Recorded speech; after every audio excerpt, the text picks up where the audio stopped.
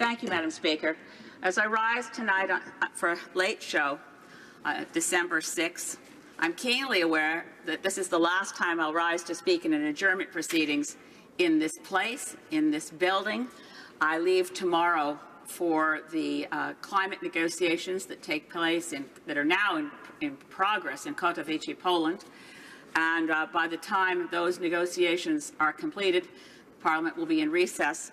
So it's a bit bittersweet to stand here knowing that at this hour of night anyway, at least I'll be here tomorrow to speak on issues that take place through question period, that this beautiful chamber will not be the one to which I return in the new year.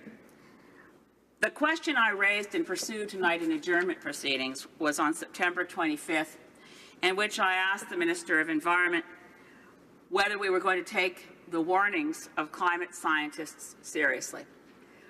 I'm quite firmly of the view that most Canadians want to see their government take meaningful action, because Canadians from coast to coast to coast, whether they're in New Brunswick and experienced a flood such as they've never seen before, or in British Columbia, where I live, where we have had now several summers where our usual rain doesn't come and our forests are on fire. Last summer we had 500 separate fires burning.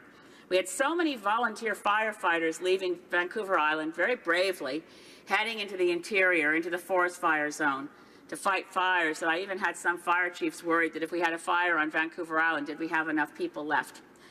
We had storm surges in Atlantic Canada, droughts and weather in the prairies that drove farmers to levels of depression as they saw their crops covered in snow far too early before they've been able to get out and harvest them.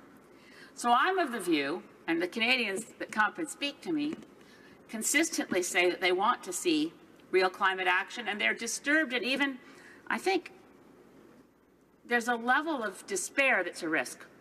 Despair is a real risk here, because as people read the reports from the Intergovernmental Panel on Climate Change, they're informed that we only have a very short period of time within which we can meet the Paris target of ensuring that global average temperatures will increase no more than 1.5 degrees Celsius above the global average temperature before the Industrial Revolution.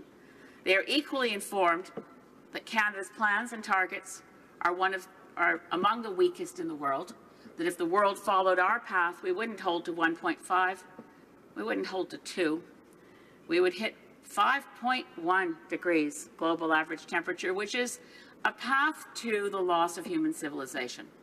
Sir David Attenborough spoke at the opening in Katowice at COP24 and said exactly that.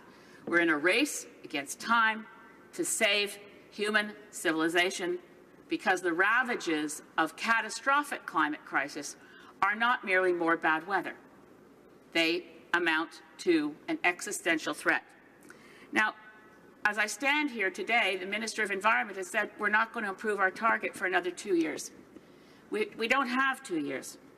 The question I raised on September 25th was when we were going to have consistent policy. How can we possibly spend another $10 billion on the Kinder Morgan expansion to get raw bitumen out of Canada with the effect of boosting production of some of the most heavy greenhouse gas producing fossil fuel on the planet? So my question tonight, and I will raise it every chance I draw breath of life, is when are we going to set partisanship aside, do what our children and grandchildren demand of us, and that is make a wholesale transition off fossil fuels and to those forms of energy that sustain us?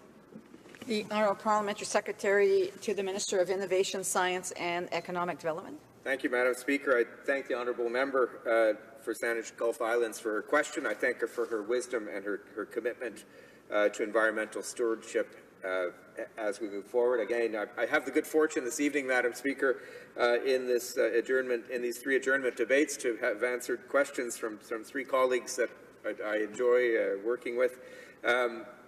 It's a very lucky thing this evening. Of course, we love and respect all our colleagues, but some a little more. So I appreciate all of their presence here this evening. As for my honourable colleague's question about weighing climate impact, I can assure her that we are doing that every day. It's called the Pan-Canadian Framework on Clean Growth and Climate Change. which, Madam Speaker, we believe is a blueprint for reducing greenhouse gas emissions, adapting to climate change, as well as for creating good jobs across the country in a responsible way. It is a plan which puts a price on pollution and accelerates the phasing out of things such as coal-fired electricity in favor of cleaner options, such as renewable sources of energy. And it is supported by our government's unprecedented investments in the clean growth economy, something which often gets forgotten, which includes areas such as clean tech and green infrastructure.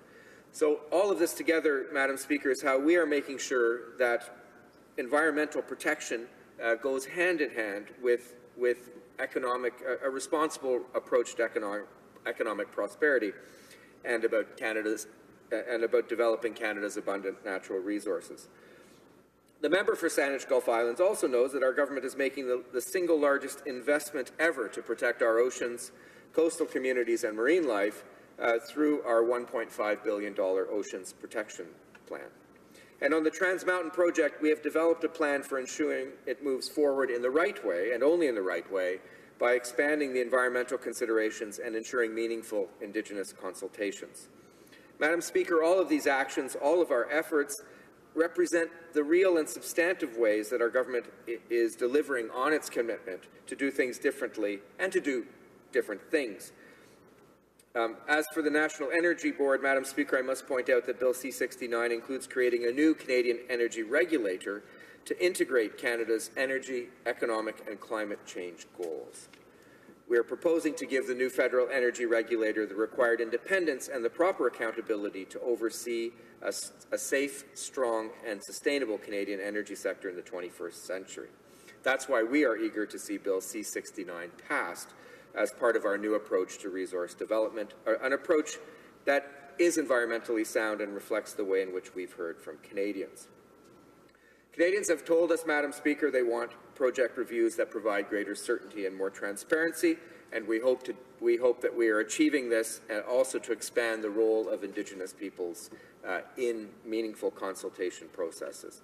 So, Madam Speaker, our government and the member opposite, we like to think are on the same page. I know that she probably would like to push us harder, and I'm glad that she does do that, Madam Speaker.